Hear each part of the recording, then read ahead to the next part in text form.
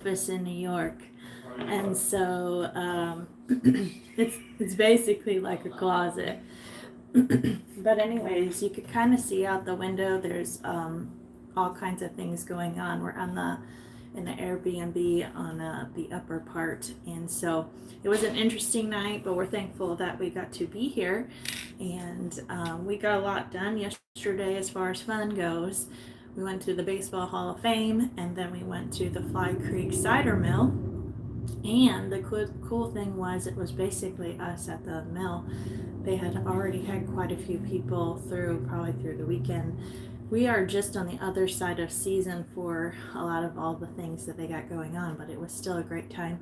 And so we're glad that we could go. I haven't really done my hair yet either. But anyways, today we'll be traveling. The first thing on the list though is the venue. Good morning, Amy. The first thing on the list is the venue today, and then and so far it's been really good. It was cold yesterday, but not that cold. It was probably they'd said 53, so that was the high of the day. So it was good sweater weather, and I love saying that. There's so much fun in that. I also have a candle that is awesome. So, and I'm drinking a poppy this morning, right here, ginger lime. Anyways, need all that for all the good food we had. We went to a cool bakery and coffee shop that was in Coopertown, New York. You get to look that up. It's a neat place. Anyways, so we're going to continue in the life of Joseph this morning and his brothers and just all the drama going on there, right? But we're looking forward to what God has for us in his word this morning.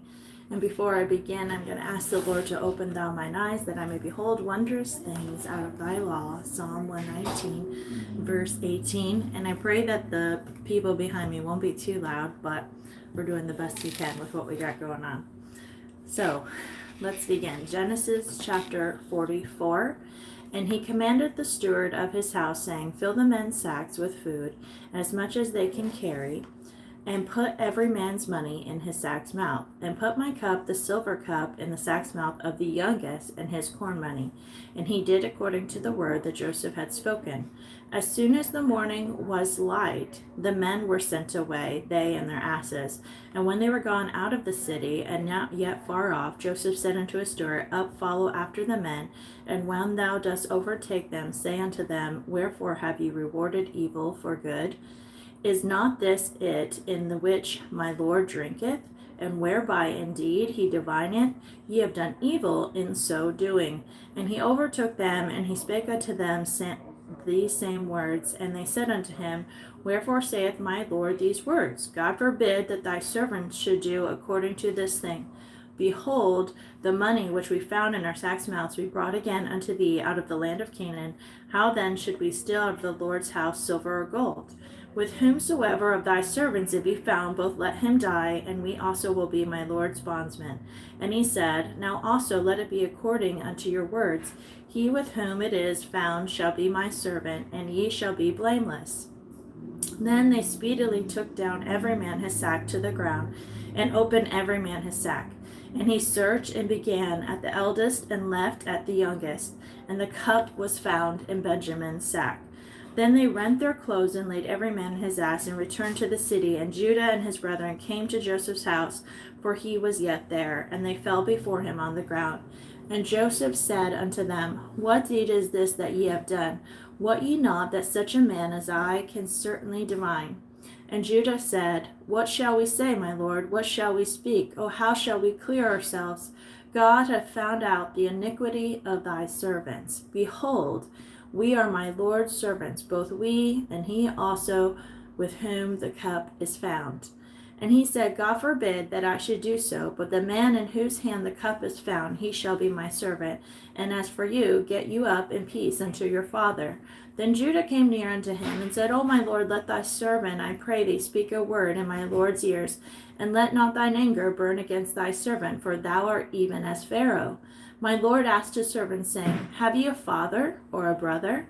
And we said unto my Lord, we have a father, an old man, and a child of his old age, a little one, and his brother is dead, and he alone is left of his mother, and his father loveth him.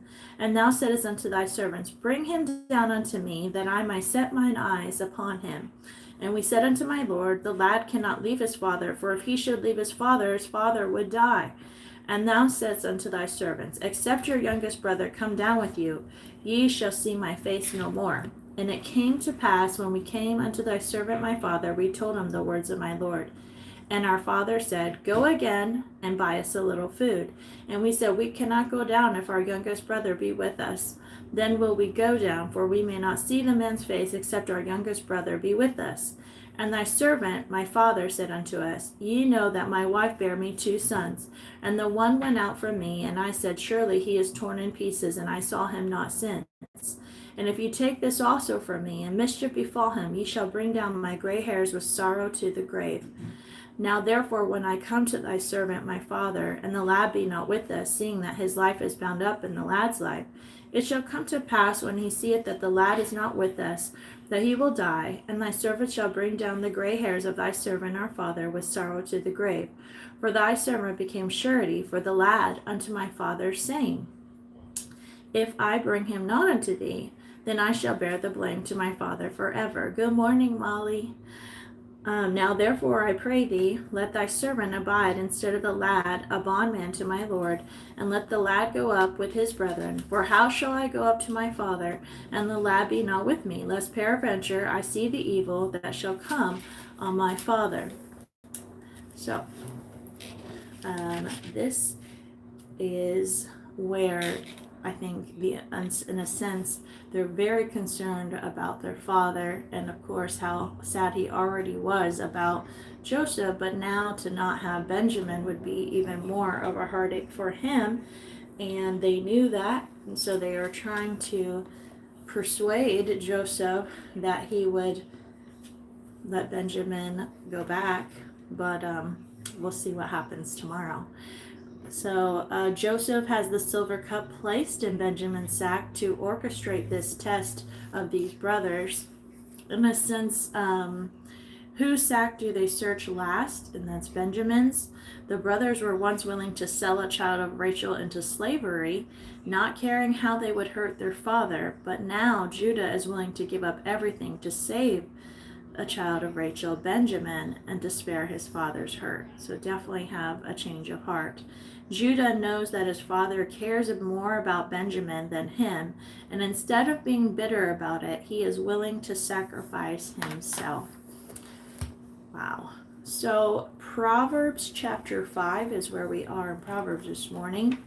My son, attend unto my wisdom, and bow thine ear to my understanding, that thou mayest regard discretion, and that thy lips may keep knowledge. For the lips of a strange woman drop as an honeycomb, and her mouth is smoother than oil, but her end is bitter as wormwood, sharp as a two-edged sword. Her feet go down to death, her steps take hold on hell, lest thou shouldest ponder the path of her life. Her ways are movable, that thou canst not know them. Hear me now, therefore, O you children, and depart not from the words of my mouth. Remove thy way far from her, and come not nigh the door of her house, lest thou give thine honor unto others, and thy ears unto the cruel, lest strangers be filled with thy wealth, and thy labors be in the house of a stranger. And thou mourn at the last, when thy flesh and thy body are consumed, and say, How have I hated instruction, and my heart despised reproof, and have not obeyed the voice of my teacher, nor inclined mine ear to them that instructed me. I was almost in all evil in the midst of the congregation and assembly. Drink waters out of thy own cistern, and running waters out of thine own well. Let thy fountains be dispersed abroad, and rivers of water in the streets.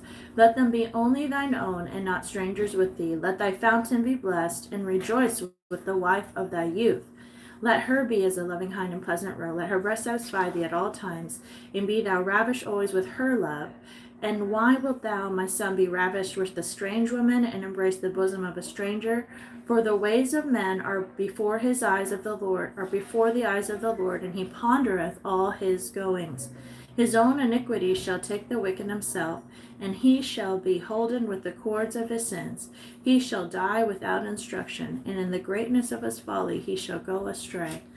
I love how this starts. If we look at what it's saying here, my son, attend unto my wisdom, and bow thine ear to my understanding. This is a warning, and he's asking his son to listen to what he has to say, because this is a warning of the kind of woman that he should have in his life and marry, and not to give his life of his intimate life to anybody else, and that it should be between him and his wife alone, and that the Lord would bless that. So what a great instruction from a father to a son, but also from any parent to a child, is the best way is God's way always. So let's continue into Psalm chapter 36 this morning. Psalm 36.